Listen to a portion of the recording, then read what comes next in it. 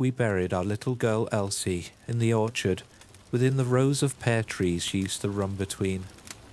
To mark the spot, we planted a young sapling that still had a few years left to bear fruit. She loved pears more than any child I'd ever met. She'd eat them warm and mushy from the branch like it was the best thing she'd ever tasted. During harvest, she'd march around to the basket half a size, pointing at which ones were the good ones, like a tiny dictator. Our little helper. The morning it happened, she'd been headed outside to play, the same as always. I remember the screen door creaked open, then shut, and I heard her humming to herself. And then the quiet stretched too long. By lunchtime, we couldn't find her. Not in the yard, not in the house. Marissa checked the barn. I checked the orchards and yelled a name until my throat hurt. And then I saw the shoe by the pond, sideways in the mud. Everything after that is a blur. But that moment, the shoe, that's the part I still see when I close my eyes. Marissa didn't talk for a while. At night, she'd curl up on her side of the bed with Elsie's pajama shirt clutched to her chest. I lay beside her every night, helpless. I'd hold her hand or rub her back, while my own chest felt like it was caving in. Her sobs would start quietly, while she was trying to hold them in for my sake. And then they'd break loose, spilling out of her like a flood. And I'd just lay there, while my throat burned with the things I couldn't say. When it was over, and she'd gone still again, I'd press my lips to her forehead and whisper something dumb and small like, "It's okay, I've got you." She never answered, but she always reached for me. One night, I brought her a mug of chamomile and sat beside her. I silently watched as she took the mug and held it between her palms. "She loved how you peeled them for her," Marissa said. "Even when I taught her how to do it herself, she still brought them to you." "She liked the way you sang while you cooked," I said, "even when you were off key, especially then." She looked at me then, and something in her face softened. I reached over and took the piece of her hair behind her ear. She leaned into my hand. "I miss her," she whispered. "Me too," I said, "everywhere." She nodded. We sat like that for a long time, her fingers intertwined with mine, the tea forgotten and going cold on the nightstand. That was the night we started talking again. Although things were getting better, the bills were still there. Even though we were starting to come back to ourselves, the money was going faster than ever. We saved all we could by burying Elsie ourselves, but the tractor needed a belt, the west fence sagged, and our pump truck sat dry because fuel cost more than what we had. But then, Graftco knocked on our door. The man they sent out was named Dr. Levin. He said they found us through a regional yield audit and flagged our land as having low potential with high legacy viability. That's the kind of language you only hear from people who've never sweat through the harvest. He explained they'd fit our orchard with experimental grafting tech, some kind of bioengineered rootstock that would result in triple yield and bring the trees back stronger than ever. Marissa asked him if it was safe. He said, "Safer than what you're doing now." Then he told us they'd sponsor the whole thing and cover installation and materials and even throw a stipend for our time. The only condition was access. They'd need to monitor everything: growth rate, soil conditions, fruit development. It sounded too good to be real. So we took a few days to think about what we were signing up for. If it failed, or if the tech damaged the trees, stunted the orchard, or left us worse than before, we couldn't afford to recover from that. But then the stipend hit the account, just the advance portion. It was enough to buy fuel and fix the tractor. So, we accepted. The installation took a weekend. A crew came with crates of tubing, sleek little graph nodes like plugs for a machine, and boxes labelled with long codes and the Graphco logo. They moved quickly and were polite, and a little too quiet.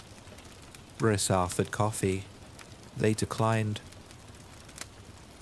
By Monday, the orchard was different. The soil had this strange, clean smell like antiseptic. There were metal caps at the base of each tree, and thin wires ran under the dirt. Elsie's tree got the same treatment as the rest. I didn't like it, but within days, the changes started. Buds opened early, leaves spread wide and fast. It was a miracle. The orchard looked fuller than it had any right to. And then, somehow, the fruit came, way ahead of schedule. Elsie's tree bloomed with the rest. That morning, I stared at a single bulb hanging off one thin branch, plump, green and tiny. Marissa crouched beside it, eyebrows pinched. "That's not right," she said. "It's too early," I said. "Way too early. What could they have done to speed it up this much?" We kept our eye on the tiny bulb, expecting it to fall off or rot like immature fruit does. But it didn't. It just kept growing. In week 1, the single fruit swelled faster than anything else in the orchard. It looked smooth and full, like it had never struggled for sunlight a day in its life. Marissa kept returning to it, lingering longer each time. Her brow furrowed like she was searching for something familiar in its skin. "It's round," she said finally, frowning a little. "Like baby cheeks." In week 2, she called me over before I'd even set down my coffee. The fruit had grown bigger, and what started as a bulb was stretching. There was a soft indent where a mouth might form. At the very top, the skin curled into a little twist of green that looked oddly like a cowlick. Marissa ran a finger gently across the curve of the fruit down to what appeared to be a neck that had begun to form. And beneath it, a roundness that hinted at shoulders. There was a slope to the body now, the faintest rise of arms pressed close to her chest. "She always had that little swirl on her temple," Marissa said quietly. "I used to smooth it down every morning. Remember?" I did. I remembered how every morning, without fail, I'd hold Elsie still, and Marissa would smooth that stubborn swirl back in place with a wet thumb. I nodded, eyes still on the fruit. "Yeah," I said softly. "You'd smooth it, and she'd mess it up 5 minutes later. But it's just a coincidence." By week 3, the fruit had a distinct face, and there was no denying it. The rest of the shape had filled out too. Her legs were there now, curled up beneath her in a fetal position, the toes so delicately formed they looked like they'd twitch any second. And the whole thing hung there, still and eerily peaceful, like she was just asleep. Everything inside me turned heavy. I looked at Marissa, hoping for some shared confusion, but her eyes were fixed, unblinking, as she studied the fruit like it might wake up if she waited long enough. "That's her," she said. "I don't care if it's green. That's our girl." She stepped closer, fingers brushing against the chubby cheeks. "I remember when she was this little. Feels like it was just yesterday." And for a second, standing there beside her, I almost believed it too. that night, she didn't come in for dinner. I found her in the dark, sitting under the tree, cradling the fruit in both arms like a newborn. Her body curved around it protectively, swaying just slightly, murmuring lullabies. She rocked it with the same rhythm she used to rock Elsie when she was colicky, thumb brushing over the curve of the cheek like she was soothing a real child back to sleep. From then on, Marissa barely left the orchard. I'd find her under the tree with a blanket draped over her lap and a book open in her hands. She looked alive again, but something about the fruit didn't feel right. I wanted to tell her to slow down and that it wasn't normal, but the words caught in my throat every time. So I kept quiet. I watched as she treated the fruit like Elsie had returned to her. She became content and sleep without crying herself to sleep. Sometimes she'd rest her head on my shoulder like she used to, curl into me. She'd squeeze my hand under the covers and murmur good night before drifting off. There are even mornings where she'd lean over and kiss my cheek before getting up to check the fruit, a softness in her eyes I thought I'd never see again. For a while, it felt like maybe the fruit wasn't so bad.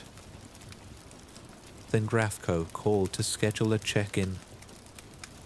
Marissa's hand shook when she hung up the phone. I knew something was wrong when she silently walked out to the orchard and sat under the tree like she was standing guard. I found her pacing in the kitchen at 3 a.m., whispering to herself and swinging shears. "They'll see her," she said. "They'll take her. They'll say it's an anomaly and cut her down." I stepped toward her, gently shook the shears from her hand and said, "Hey, look at me." She didn't. "Marissa," I said again, softer this time. "It's just a check-in. They won't take anything. We're not doing anything wrong." When she finally looked at me, I saw the fear on her face. "You don't know that. They'll see her. They'll cut her down, Paul." I held her face in both hands. I could feel her trembling. "We'll protect her. We'll protect each other. You don't have to do this alone." I didn't want to lose this happy version of her, so I let go of her slowly and handed her back the shears. "If it'll make you feel better," I said, "then I'll do it." She blinked hard, wiped her eyes, and walked out the door without another word. I followed and watched as she clipped the fruit from the branch. Her hands caught it gently, like she was carrying something precious. She cradled it close to her chest and pulled out a faded yellow cloth with tiny embroidered ducks. It was one of Elsie's old muslins, and she swaddled the fruit with it. As she wrapped it tight, she murmured, "You're okay now. We've got you. No one's going to take you away this time. I promise." I followed her inside and watched her set it gently on the counter, still wrapped in the muslin. Her hands hovered. "Something's wrong," she said, voice tight. There was a dark spot blooming through the fabric. Marissa gasped and fumbled to unwrap it. The cloth clung to the skin like it didn't want to let go and released with a sickening tearing noise. Marissa let out a sharp breath and staggered back. It was rotting. Fast.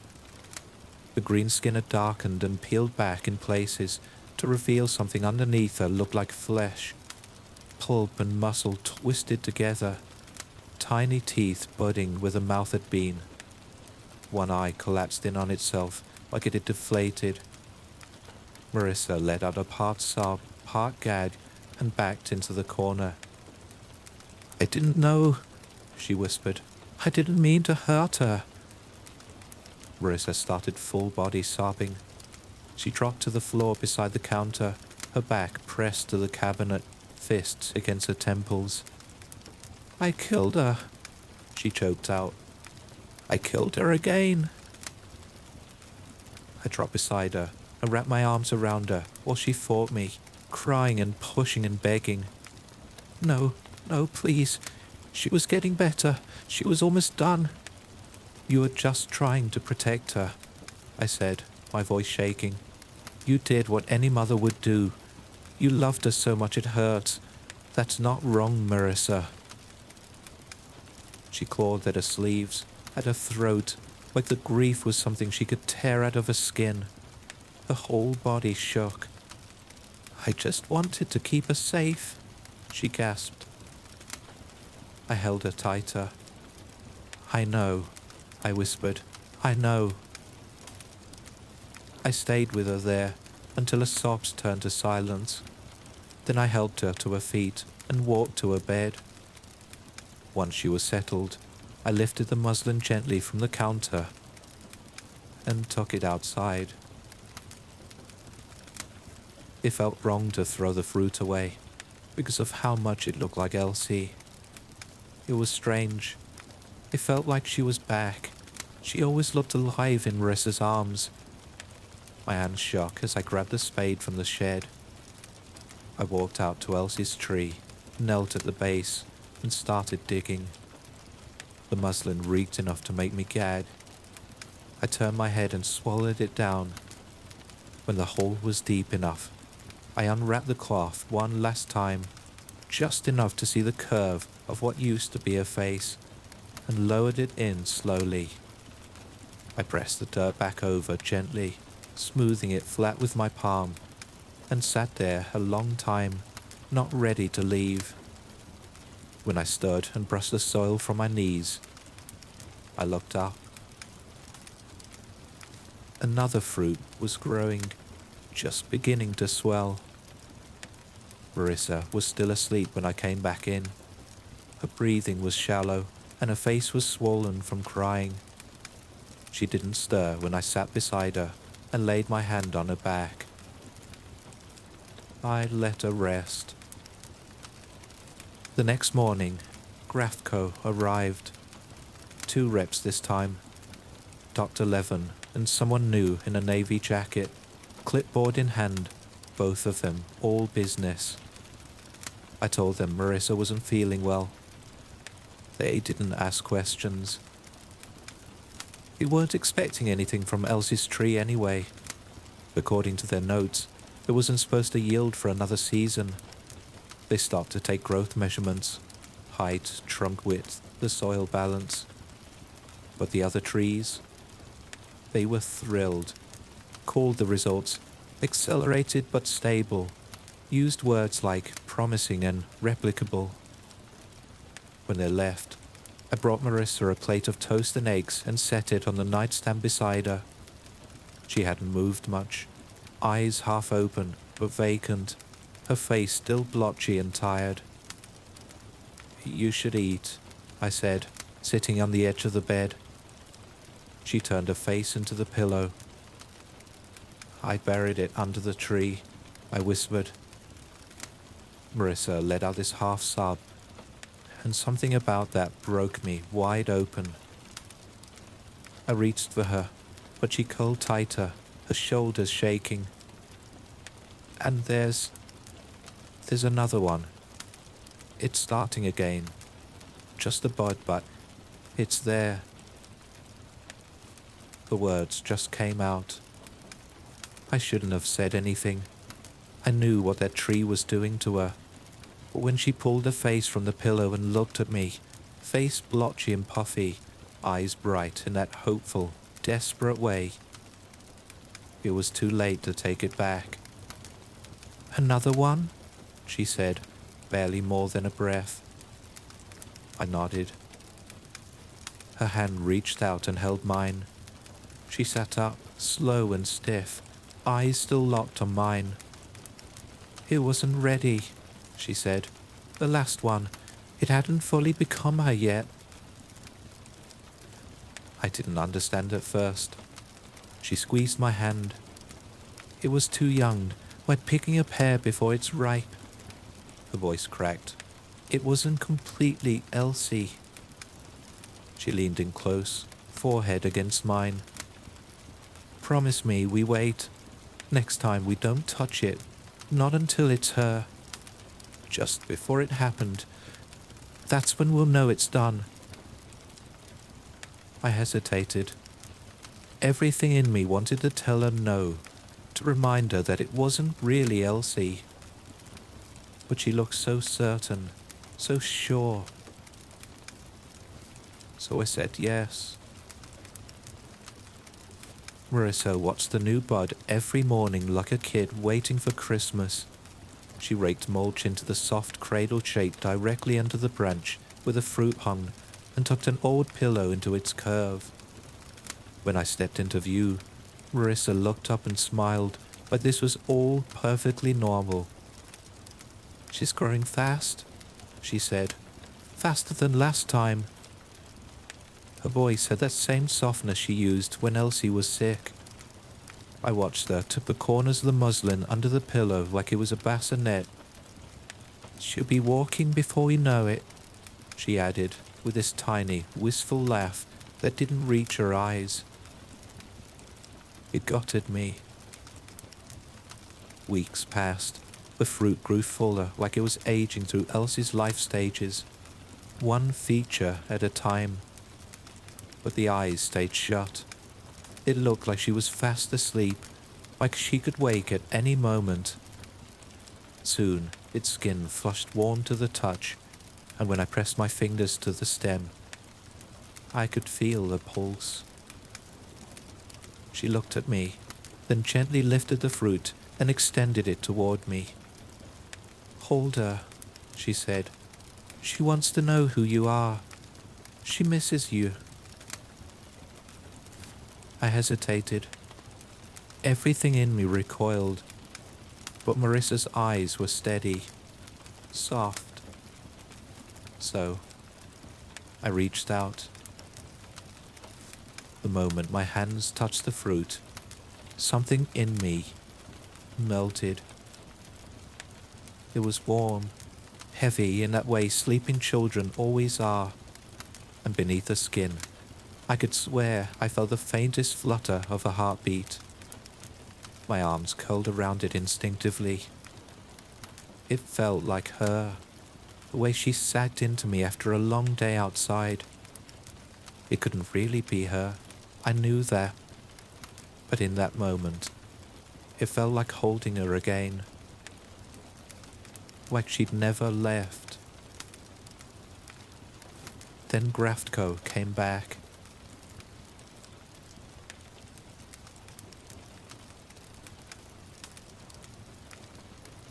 We hadn't expected another visit so soon, but a single assistant came to check the progress. Just a kid, barely older than a college intern, with a silver case and a polite smile. He didn't even knock. I didn't even know he was here until I heard a crash, and then Marissa's voice, high and breaking. They're gonna take her. Paul, they're gonna see her. She was at the window, wide-eyed. You have to stop them, she said. They'll take her. They'll cut her down like she's nothing. You promised, Paul. You promised. I tried to calm her, voice low and steady. I'll handle it. I won't let them near her. Just stay here. Please, Risa. She shook her head like she couldn't hear me, tears tracking down her cheeks. She's not ready. He said we'd wait. He said we'd protect her. I mean it, I said, already turning toward the door. I'm going. I'll take care of it. I swear. My heart thudded harder with each step.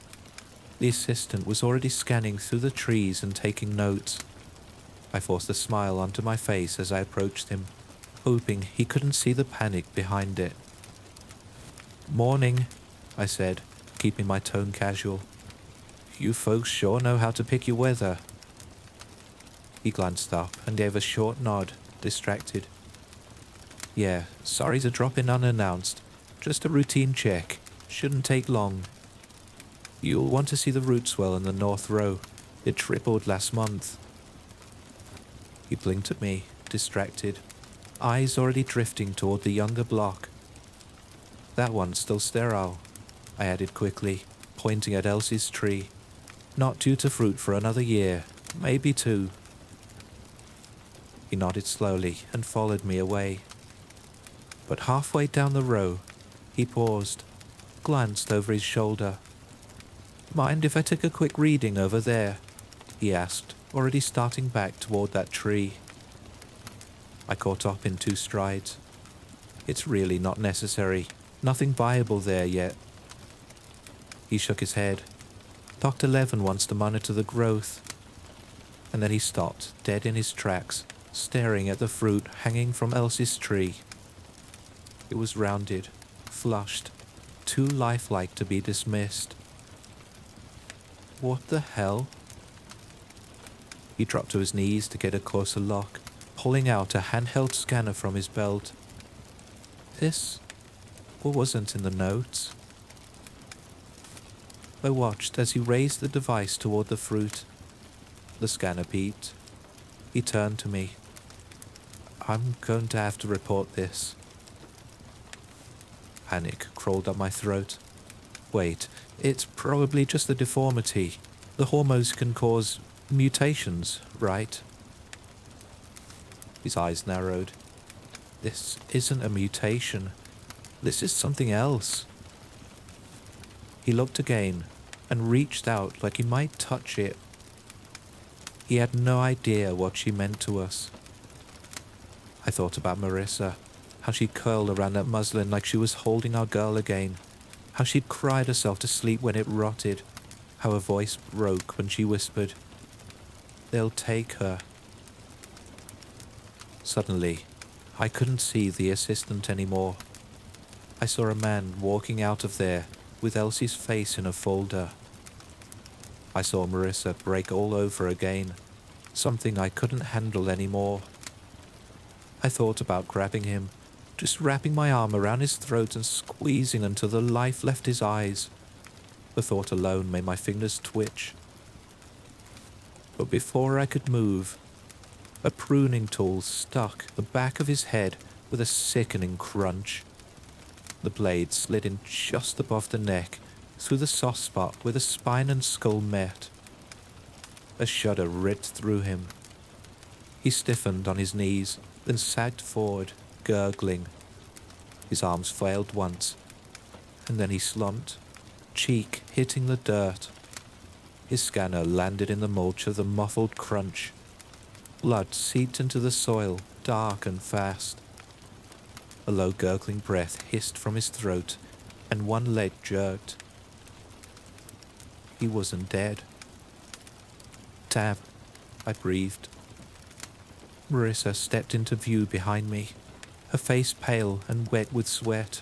The pruning tool hung limp in her hand. "He's not," I started. "I had to," she said quickly, her voice shaking. "Paul, I had to. He saw her. You saw him. He was going to take her. I couldn't let him take her." "He's still alive," I said, dropping to one knee. "We need to—" "No," Marissa snapped. "We can't. He'll tell them. We'll lose her all over again." Her eyes darted to the fruit, then back to me. "I saved her, Paul. Don't you see? I saved her." "He's dying, Marissa. We can't just leave him." "We have to," she snapped. "You said you'd protect her." I looked back down at the assistant, his chest barely rising. Blood bubbled at the corner of his mouth. His fingers twitched like he was trying to reach for something. I clenched my fists and squeezed my eyes shut. Every part of me screamed to act, to fix it. But I was frozen. Marissa cupped my face with trembling hands. "We're doing this for her, for our daughter." I nodded, barely. "Then we need to finish it, fast." I reached down with shaking hands and pulled the pruning tool from where it had fallen. The blade tore out with a wet pop. I hovered over him, the weight of the metal suddenly immense in my hand. His eyes fluttered, a breath wheezed out of him, his fingers twitched. I could have ended it right then. I knew I should. I gripped the handle and brought the tip to the base of his skull, and froze. My hand shook. He was someone's kid. He didn't deserve any of this. And here I was, on my knees, about to end it because I was too much of a coward to fix any of it. Then I looked to the side. I saw Marissa holding the fruit. And for a second, I saw Elsie in her arms. My throat burned. I blinked hard, tried to steady my grip. "I'm sorry," I whispered, and then I drove the blade down through the soft spot in his skull. I looked down at the body, blood thick in the dirt, and I felt sick. Was this worth it? I tried to swallow the question, but it stuck there. Marissa rolled the tarp from the shed and helped roll his body into it. Neither of us spoke. We dragged him past the rows to the far edge near the compost pit, where the ground was softer. I took the shovel and started digging.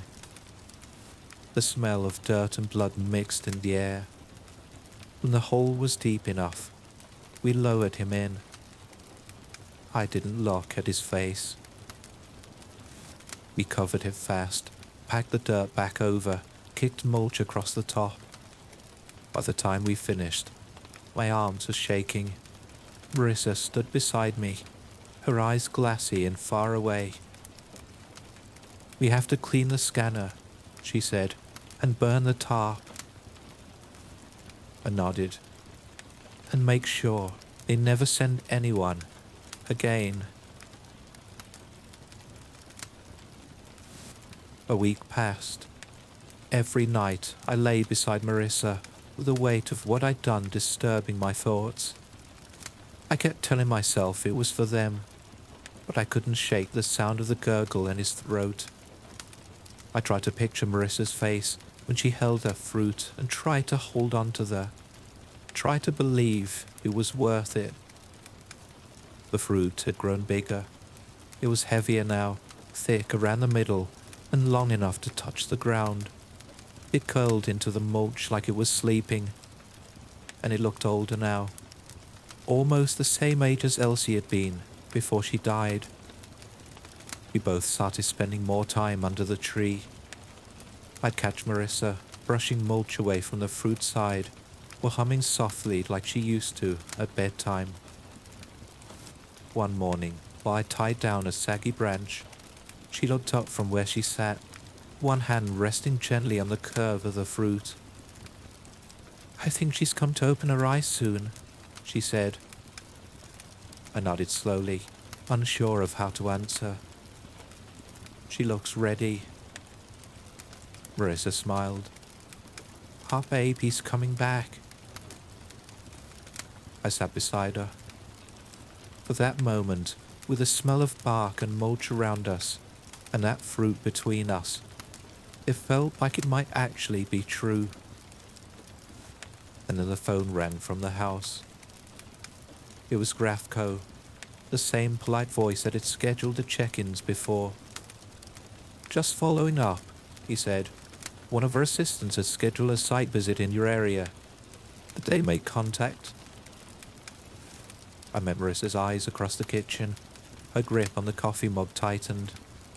"No," I said. "No one showed." "Understood. Thank you.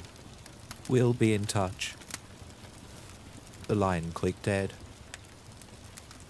If that wasn't enough stress, when Marissa turned the radio on, it crackled to life with the tail end of an emergency broadcast. Heavy winds expected across the valley floor. Lightning activity reported near the ridge. Residents should secure loose property and avoid open areas. Advisories are in effect until midnight. Repeat, high wind and lightning warnings issued through tonight. The sky had that rose tone to it, too dark for the morning. "She's not ready," Marissa said quietly. "If that wind knocks her down—" "It won't," I said. "We won't let it." We grabbed what we had: twine, stakes, and spare netting from the tool shed. I carried out an old canopy from the market days, metal legs rusted, but still usable. Marissa followed me, arms full of blankets and old towels. The wind had already picked up by the time we reached the tree. The leaves shivered overhead, that warning rustle that comes before the break. So we worked fast. Marissa crouched beneath the branch, cupping the fruit with both hands like it might already be slipping away. "Or we should anchor it," she said. "Something soft, just in case." I nodded and wedged an old pillow beneath the branch, tying it up loosely so it cradled the stem without tugging. She wrapped the towels around it like insulation, tucking every edge. Then I pulled the canopy over and hammered stakes around the base. We stretched the mesh netting taut around the frame, leaving room for the wind to pass, but not enough to tear. "It looks like a damn tent," I muttered, stepping back. A flash of lightning lit the sky in the distance, followed by a slow roll of thunder a few seconds later. I counted out of habit, maybe 3 or 4 miles off. "We need to go inside," I said, my voice firm. Marissa refused to move. She was still crouched, one hand on the branch, the other gently cupping the base of the fruit through the canopy. "She's going to be scared alone," she said. "We can't just leave her." "Marissa, she's just a kid, Paul. She doesn't understand storms. What if she thinks we abandoned her again?" I knelt beside her. The air buzzed faintly, static in pressure and dread curling in the space between each gust. "You've done everything you can," I said. "She knows that. What if lightning strikes?" Another flash cut across the sky, this one closer. Thunder crackled overhead, and Marissa winced. I grabbed her hand. "Come on, we'll watch from the house. We'll be right there, just like when she spent the night camping in the garden. You didn't leave her then, either." She hesitated. Then she nodded slowly. We ran for the house through the rising wind. Once inside, Marissa pressed herself to the window, breath fogging the glass. The next bolt of lightning struck somewhere beyond the east grove, close enough that the flash painted the entire sky white. A half-second later, the thunder crackled so hard the glass trembled in its frame. Then, a sharp smell hit, electrical and burnt. I looked past Marissa's shoulder and saw sparks flaring from one of the Graphco nodes at the base of the tree 3 rows down. "Paul," Marissa said, voice sharp. "Do you see that?" "Yeah," I breathed. The sparks caught the dry mulch fast. Flames licked at the base of the trunk. Then another node popped. Another burst. The fire jumped from one row to the next like it had been waiting. Marissa slammed a hand against the window. "No, no, no." I grabbed a fire extinguisher from under the sink. "Call 911, I barked. "Now." She didn't move. "Marissa." She tore her eyes away from the window, fumbling for the phone. I bolted for the door, heart pounding. The air outside already thick with smoke and heat. The fire raced faster than I expected. The wind whipped through the rows, feeding the flames. The extinguisher hissed uselessly against the growing wall of orange and black. I turned and saw Marissa turning toward the tree, phone clutched in one hand, the shears glinting in the other. Her face was streaked with sweat and panic. "We have to get her," she shouted.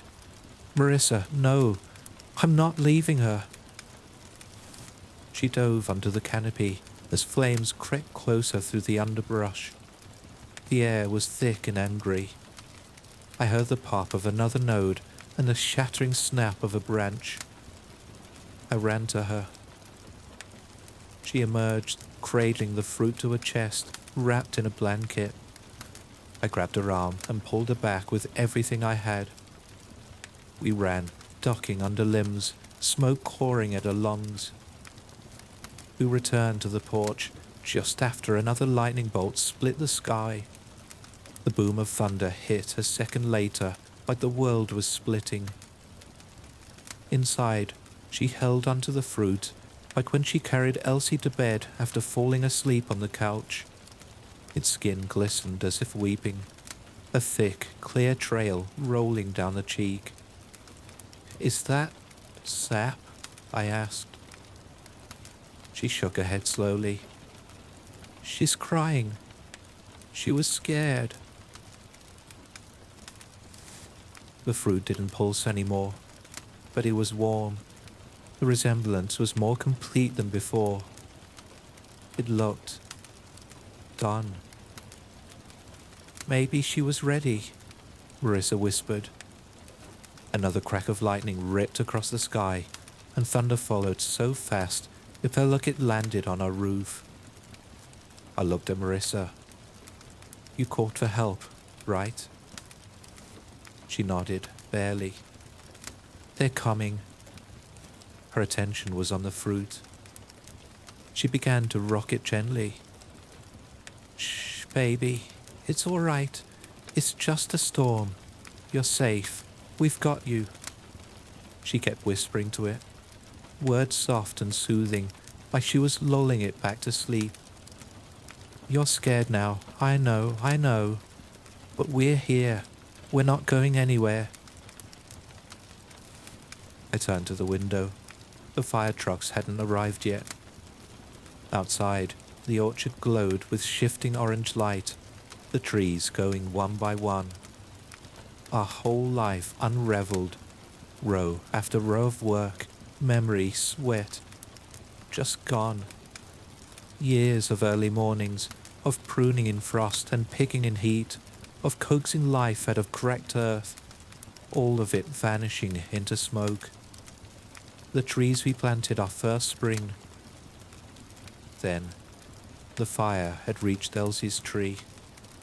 The canopy we'd built, meant to shield and protect, caught instantly. The netting ignited like dry paper, flames racing up the edges. The towels and blankets Marissa had so carefully wrapped became fuel. Lightning struck again, closer this time. It split a branch 2 rows over and sent a shockwave through the orchard. I watched the bark blacken and peel, with branches thrashing in the heat. Another flash lit the sky, and thunder cracked like a gunshot. The mulch around the base popped, and the wires underneath sparked again, throwing arcs into the inferno and feeding the fire until it roared like a living thing. Marissa shrieked. I turned and saw her doubled over the counter, arms wrapped protectively around the fruit, rocking it. No, please, no," she whimpered. Not again. The fruit's skin had the jaw split open, wet and sudden. A thick line tore sideways to the cheek, the way overripe fruit bursts under its own weight. Inside were muscles and tendons, pink curled around the edges of the wound like fresh gum, twitching. It glistened with something slick. Marissa's hand scrambled to press the pieces back together. "No, baby, stay with me, please," she whispered, pressing her palms against the softening flesh like she could hold it in place by force. Her fingers smeared black and red residue across the muslin. "Don't go," she begged. "You're almost there. You're almost done. Please don't leave me." Then it started to cave. The jaw turned dark and blackened fully. The flesh sagged and collapsed into itself, caving inward like it was folding back into the pit it came from. Marissa tried to catch the pieces as they fell, cupping her hands beneath them, but they slid through her fingers in wet, shapeless lumps. Each chunk landed on the counter with a thick, soft splat. She shrieked again and grabbed at what was left, trying to reassemble it. "I can fix it. I can fix it. Just give her back." The vein unspooled from the center and shriveled before it could finish. What was left was scraps of soft black tissue, slick with residue. In the center lay a single seed. Marissa reached for it with shaking fingers, hands coated in the pulp of what used to be Elsie.